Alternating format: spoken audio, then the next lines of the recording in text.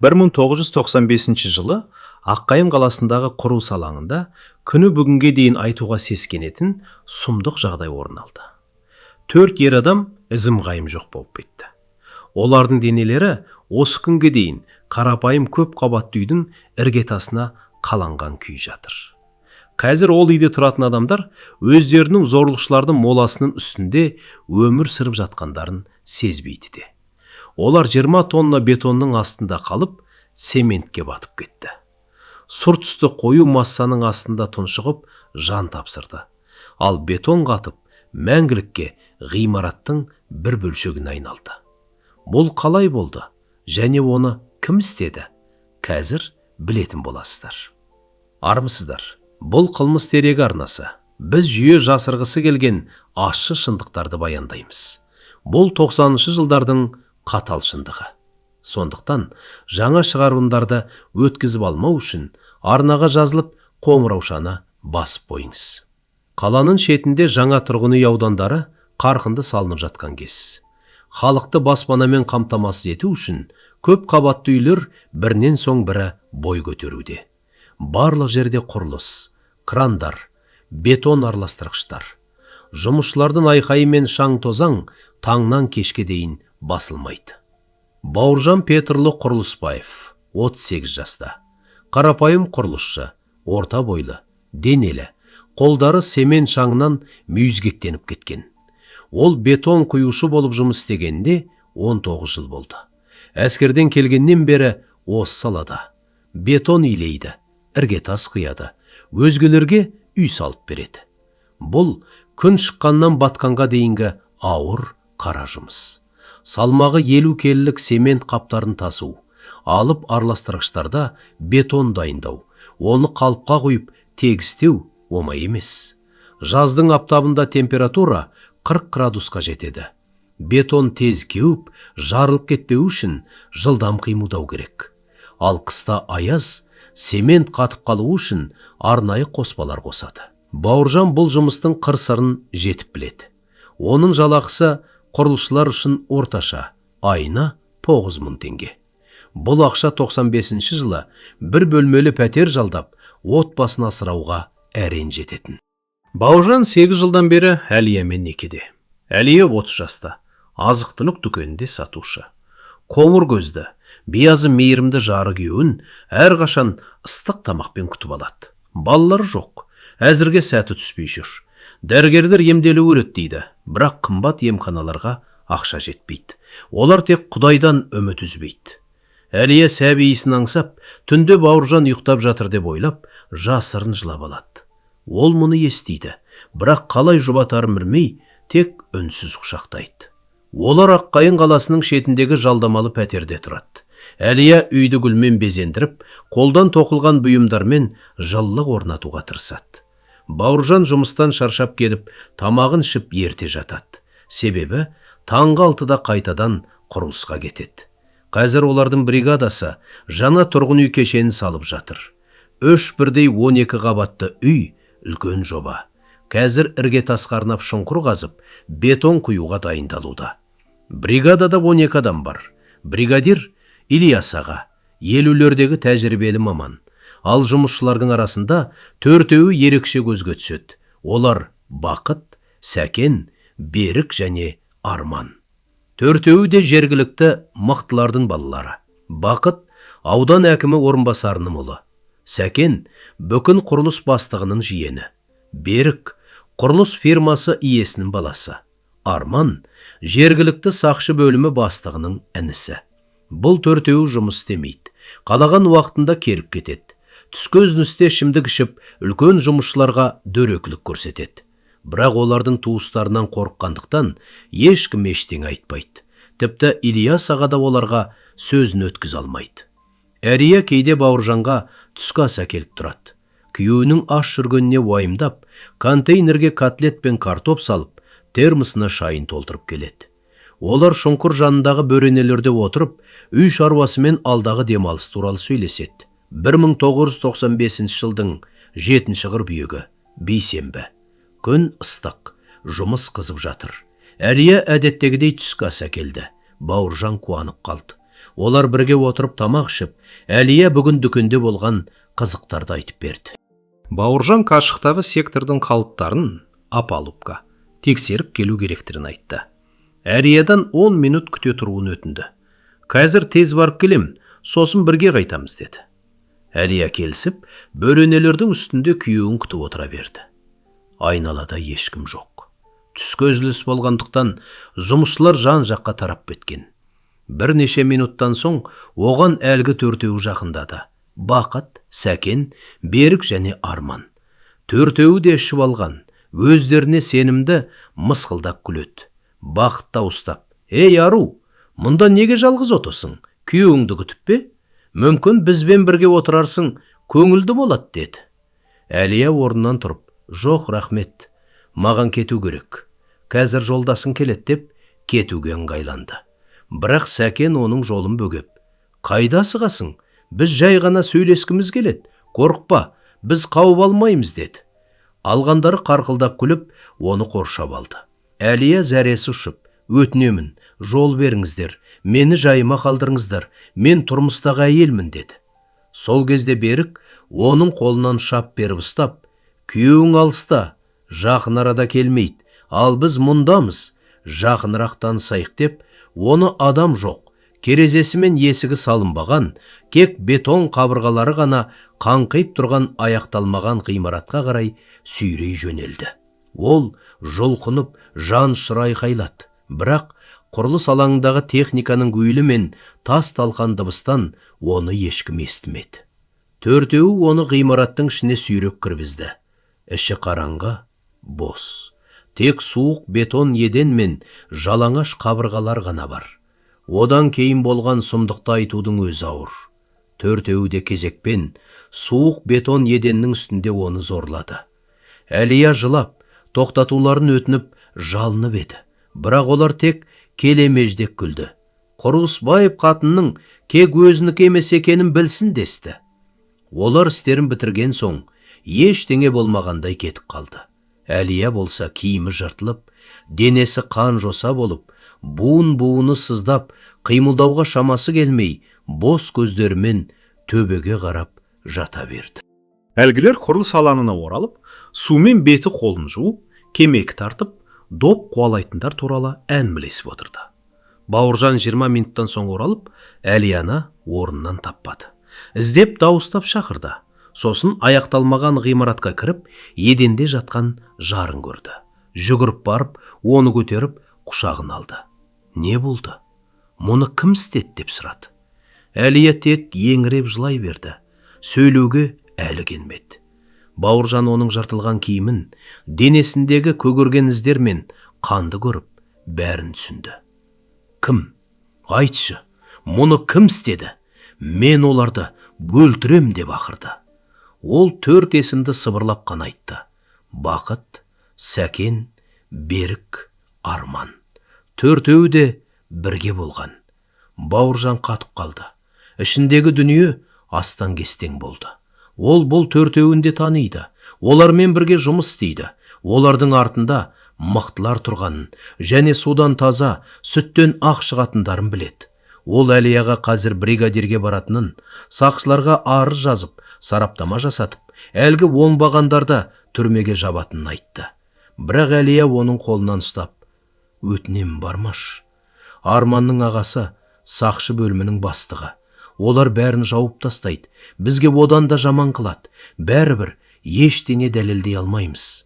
Олардың әкелері бай, таныстары көп, ал біз ешкім емеспіз. Бізді таптап кетеді. Кетейікші осы жерден, бәрін ұмытып, басқа жақта жаңа өмір бастайық» деді еңіреп. Бауыржан тісін шықырлатып, ішіндегі ызаға булықса да, жарының сөзінің жаны бар екенін түсінді. 90-шы жылдары қарапайым адамдар үшін әділдік жоқ еді. Байлар мен шенділер қалаған істейтін де жазасыз қалатын. Ол үнсіз Әлияның тұруына көмектесіп, үйіне алып келді. Таныс Мейірбікені үйге шақыртып, ем-домын жасатты. 1 апта сұмдық түсте өтті. Әлия үйден шықпады. Бетін қабырғаға қаратып жата берді. Ішпейді, жемейді, сөйлемейді, кек бос қабырғаға қарап жата береді. Оның жаны бір жаққа ұшып кеткендей, кек денесі ғана қалғандай еді. Бауыржан ақша керек болғандықтан жұмысқа баруын жалғастырды. Күн сайын құрыныста әлгі төртеуін көреді. Олар ештеңе болмағандай күліп, темекі шегіп жүреді. Кейде Бауыржанға қарап мысқылдап күледі. Оның ештеңе істей алмайтынын, дәрменсіз екенін біледі. 1995 жылдың 15 қыркүйегі жұма. Бауыржан таңғы 6-да әдеттегідей жұмысқа кетті. Әлия үйде жалғыз қалды. Түсте ол жарының қайрын білу үшін үйге соқты. Есікті ашып кіріп, Әлияны шақырды. Жауап жоқ. Бөлмеге кіргенде терезенің айғары ашық тұрғанын көрді. Жүгіріп барып, 9-шы қабаттан төмен қарады. Төменде асфальттың үстінде қан жоса болып Әлия жатыр еді. Айналасына адамдар жиналып қалыпты. Бауыржан жарының есімін айтып шыңғырып, баспалдақпен төмен қарай тұра жүгірді. Көшеге атып шығып, Әлияның денесінің қасына тізерлеп отыра кетті. Ол тіл тартпай кеткен еді. Әлия 9-шы қабаттан құлап, тіл тартпай кетті. Бас сүйегі быт-шыт болып, ішкі мүшелері езілген. Оны аман алып қалу мүмкін емес еді. Сақшылар келіп, көршілерден жауап алды. Бәрі оның терезеден жалғыз құлағанын көрген, пәтерде ешкім болмаған. Өз-өзіне қол жұмсау. Үстелдің үстінен Әлияның өз қолымен жазған хаты табылды. Кешір мені, Бауыржан. Олардың маған істегеннен кейін өмір сүре алмаймын. Көзімді жұмсам, солардың жүзін көріп, қолдарын сеземін. Бұл азапқа төзу мүмкін емес. Мен сені сүйемін. Сені жалғыз қалдырғаным үшін кешір. Бірақ жаным қатты ауырып тұр. Мен шаршадым. Қош бол. Бауыржан жарының суық қолын ұстап, асфальтта үнсіз отырды. Жыламады. Ішіндегі бір дүние мәңгілікке қирап қалғандай еді. 3-ші күні Әлияны қалалық зиратқа жерледі. Көршілері мен әріптестері оның қандай ақжарқын жан болғанын айтып қайғырды. Бауыржан табыттың қасында қара костюммен қатып тұрды да, жарының соңғы рет жүзіне қарады. Ол өте сұлу, өте тыныш еді. Жерлеуден соң бәрі тарқасты. Ол бос пәтетерге келіп, жарының заттарына, киімдеріне қарап отырып, оның күлкісін енді ешқашан естімейтінін түсінді. Бірнеше сағаттан соң орнынан тұрып, тоңазытқыштан бір бөтелке сусын алып, бір деммен ішті де шешім қабылдады. Ол өзінде жарында сатқан мемлекеттен әділдік күтпейді. Ол нағыз еркекше кек алады. Бауыржан жоспарды өте мұқият құрды. Асықпады. Ешқандай эмоция көрсетпей, жұмысына уақытылы келіп кетіп жүрді. Бақыт, Сәкен, Беріп және Арман оны сындырдық. Ол бәрін ұмытты деп ойлап, мысқылдап күліп жүре берді. Олар қатты қателескен еді. Бауыржан құрылыс кестесін зерттеп, 2 аптадан соң бірінші үйдің іргетасына бетон құйылатынын білді. Бұл үлкен жұмыс. 20 тонна бетон қажет. Түн бойы бетон араластырғыш жұмыс істеп, бірден құйылуы тиіс. Бұл кек алу үшін таптырмас сәт еді. Жоспар қарапайым. Төртеуін түнде құрылысқа алдап шақыру, естерінен тандырып, іргетас қалыбына опалубка салу және үстінен бетон құйып жіберу. Таңертең жұмысшылар келіп, бетонның астында 4 мәйіт жатқанын білмей, жұмысты жалғастыра береді. Міне, мінсіз қылмыс. Денелер ешқашан табылмайды. Үстіне қабырғалар қаланады, адамдар көшіп келеді. Олар өздерінің зорлықшылардың үстінде тұрып жатқанын сезбейді де. 1995 жылдың 30 қыркүйегі сенбі кеш. Ертең жексенбі, ұрушылар демалады, бірақ түнде іргетас құю жоспарланған. Бауыржан таксофоннан Бақытқа хабарласты. Дауысын өзгертіп, өзін әкімдіктен келген Сәкен аға деп таныстырды. Әкең туралы өте маңызды әңгіме бар. Бүгін түнде шұғыл кездесуіміз керек. Бәрін тыныш шешуге болады деді. Бақыт секемденіп, не болып қалды деді. Бауыржан мұны телефонмен айтуға болмайтынын, сағат түнгі 11-де құрылыс алаңына келуін өтінді. Қасыңа Сәкен, Берік пен Арманды ал. Бұл Бәріне қатысты деді. Бақыт келісті. Бауыржан құрылысқа сағат түнгі 10-да келіп, бәрін дайындады. Қалыптар дайын, шұңқыр терең. Арматуралар байланып тұр. Бетон араластырғыш көлік оталған күйі әзір тұр.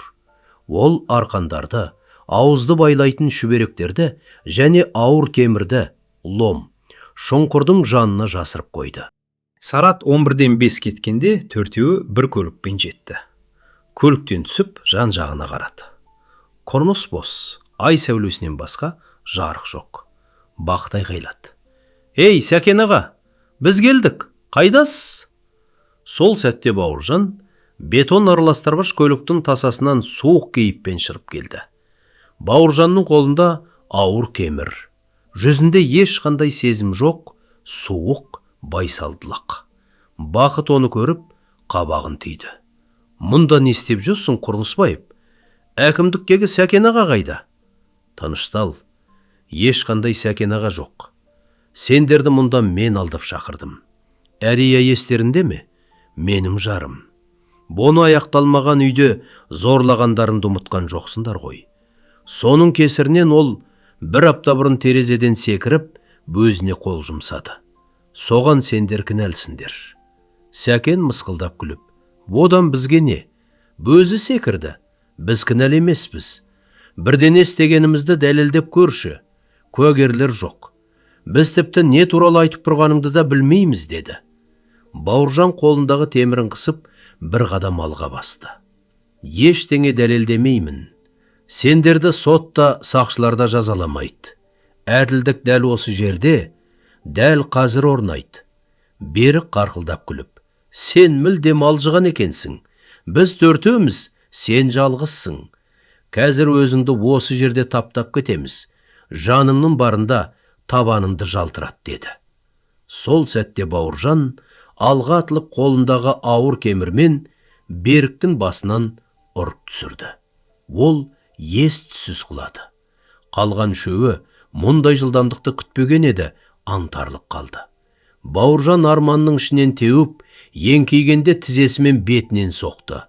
Арман да есінен танып құлады. Бақыт пен Сәкен екеулеп жабылғанымен, Бауыржан олардан әлде қайда күштеді. Өмір бойы 50 келілік қаптарды тасыған оның бұлшық еттері болаттай берік. Бол Сәкенді темірмен қабырғадан ұрғанда, сүйегінің сықырлаған дауысы шықты. Сәкен шыңғырып барып құлады. Бақыт қашуға әрекеттенді, бірақ Бауыржан қуып жетіп, аяғынан соқты.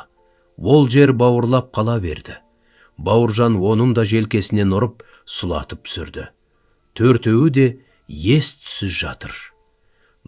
Бауыржан тез арада олардың қолдарын артына қайырып, мықтап байлады. Ауыздығын кляп салып, тамырларын тексерді. Бәрі тірі, тек есеңгіреп қалған. Ол оларды бір-бірлеп шұңғырға сүйреп әкеліп, іргетас қалыбының ішіне, арматура темірлерінің арасына жатқызды.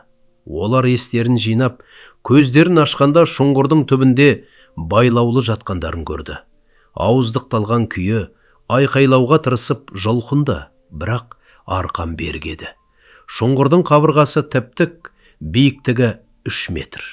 Бауыржан шұңғырдың ернеуінде тұрып, оларға жоғардан төмерден қарап: «Сендер менің жарымды терезеден итеріп жібергенмен бірдей өлтірдіңдер. Ол сендердің істегендерінен кейін өмір сүре алмады. Енді кезек сендердікі. Сендер осы іргетастың ішінде өлесіңдер. Өздерің салып жатқан үйдің бір бөлшегін айналасыңдар», деді. Ол бетон араластырғыш көлікке барып, от алдырды. Көлік гүрілдеп, барабаны айнала бастады. Науадан сұр түсті. Қою бетонаға жөнелді. Күн ыстық, бетон ауыр, әр жабысқақ. Бауыржан науаны шұңғырға қарай бағыттады. Бетонның жуан ағыны төменге сарқырап, құйыла бастады. Төртеуі үстеріне құйылып жатқан сұр массаны көргенде, жан ұшыра жұлқынды. Тұруға, аударылуға тырысты, бірақ байлаулы қолдары мен арматуралар мұрсат бермеді. Бетон суық, әрі ауыр еді. Ол денелерін басып, терлеріне, киімдеріне жабысты. Бетон бетті жапқанда тыныс алу мүмкін болмай қалды. Олар тұншығып, бастарын жоғары көтеруге тырысқанымен бетон тоқтаусыз құйыла берді. Алдымен кеудесіне, сосын мойнына, сосын иегіне жетті. Бауыржан жоғарыда тұрып, 20 тонна бетонның шұңғырды қалай толтырып жатқанын бақылады. Олардың бастары бірінен соң бірі сұр массаның астына көмілді. Алдымен Берік, сосын Арман, сосын Сәкен, ең соңында Бақыт жоқ болды. Бәрі бетон астында қалды. Бетон құю тағы 10 минутқа созылды. Шұңғыр ернеуіне дейін толды. Беті тегіс сұр болып қалды. Бауыржан көлікті өшірді. Төңірек тынышталды. Тек шұңғырдағы бетонның шөгіп жатқан дыбысы ғана естіледі. Ол шұңғырдың басында тұрып, бұл Әлия үшін мен кек алдым, әділдік орнады, деді дауыстап. Бетон қата бастады. Алғашқы 2 сағатта ол әлі жұмсақ болса, 4 сағаттан соң қатайып, 1 тәуліктен соң тастай болып бекіді. Төртеуінің денесі мәңгілікке іргетастың бір бөлшебіне айналып, 3 метр тереңдікте көміліп қалды. Бауыржан олардың көлігін құрылыстан 30 шақырым жердегі орманға апарып, есіктерін ашық күй тастап кетті. Ертең-ақ оны біреулер бөлшектеп әкетеді. Ол құрылысқа қайта оралып, ешқандай із қалмағанын тексерді. Кемірін жуып, арқандарды жасырды. Таңғы 5-те үйіне оралды. Бос пәтерде ұзақ ұйықтай алмаса да, ішінде бір жеңілдік орнады, әділдік орнады. Жексенбі күні таңғы сағат 8-де бригадир Ильяс аға бетонның қалай құйылғанын тексеру үшін құрылысқа келді. Бригадир Ильяс аға шұңғырдың бетонмен толтырылғанын көріп таңғалды. Ол құю жұмысы бүгін болады деп ойлаған еді. Жұмыс бастығына хабарласып еді. Ол: «Иә, түнде құйып тастады. Бәрі кесте бойынша. Жұмысшылар жарайды, ерте бітіріпті», деді. Дүйсенбі күні жұмысқа Бақыт, Сәкен, Берік және Арман келмеді. Бригадир оларға қоңырау шалмақ болды, бірақ телефондары жауап бермеді. Туыстары олардың үйге қонбағанын айтты. Арада 2 күн өткенде олардың жоғалған туралы арыз берілді. Сақшылар тексеруді бастады. Орманда олардың бөлшектелген көлігі табылды. 90-шы жылдары мұндай жағдайлар мұндақ кездесетін. Жас жігіттерді қарыз үшін, бизнес үшін, немесе кез келген себеппен өлтіріп кететін. Құрылыстағылардың бәрінен жауап алынды. Бауыржан ештеңе білмейтінін, оларды соңғы рет жұма күні күндіз көргенін айтты. Іс 1 айға созылды. Ешқандай ілік те, мәйіт те, куәгер де, нақты себеп те табылмады. 3 айдан соң іс жабылды. Ізім қайым жоғалғандар сірә өлтіріліп бір жерге көмілген деген қорытынды жасалды. Құрылыс тоқтамады. 4-еуі көмілген іргетастың үстіне тағы да бетон қабаттары құйылды, қабырғалар қаланды, қабаттар көтерілді. 1 жылдан соң үй дайын болды. Адамдар көшіп келіп, бірінші кіреберістің астындағы іргетаста 4 дене қаланған білместен әдеттегі өмірлерін бастады. Бауыржан сол құрылыста тағы бірнеше жыл жұмыс істеді. Күн сайын сол үйдің жанынан өтіп, терезелердегі жарыққа қарайтын.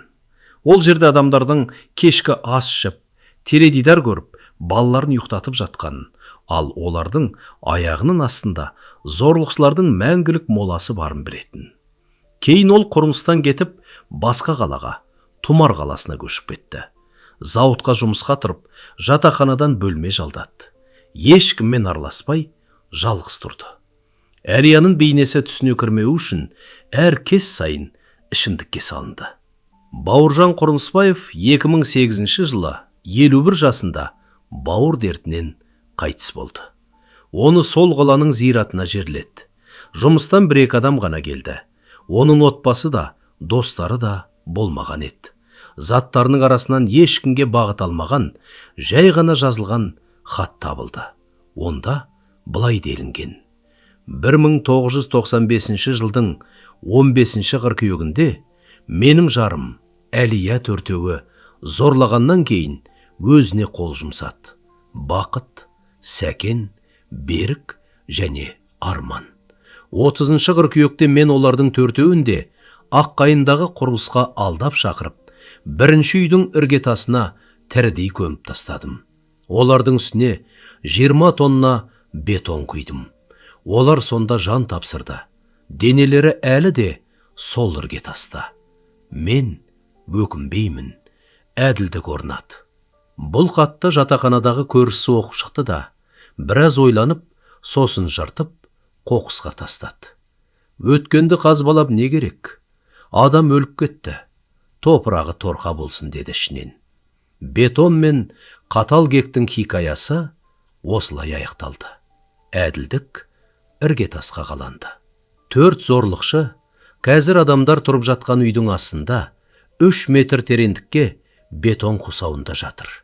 Олардың денелері сонда мәңгілікке қалады. Кек 20 тонна бетон сияқты ауыр болды.